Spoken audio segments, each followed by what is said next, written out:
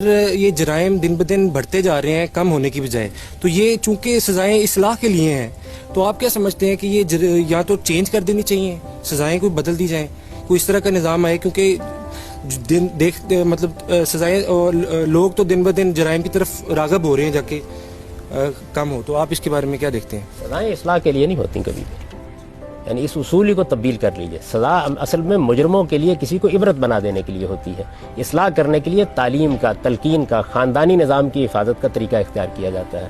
انسان کی اگر آپ اصلاح کرنا چاہتے ہیں تو اس کے ادارے بالکل الگ ہیں، اصلاح کبھی اس ذریعے سے نہیں ہوتی۔ اسی وجہ سے دیکھیے چوری کی سزا جہاں قرآن نے بیان کی ہے تو وہاں اس کی وجہ بیان کی ہے، بتایا جزاء بما کسب نکالا من اللہ، یہ اس کے اس جرم کی پاداش ہے، اس کی سزا ہے، اور اس کے ساتھ اللہ اس کو عبرت بنا دینا چاہتا ہے تاکہ آئندہ چوری کا ارتکاب کرنے والوں کو کان ہو جائے۔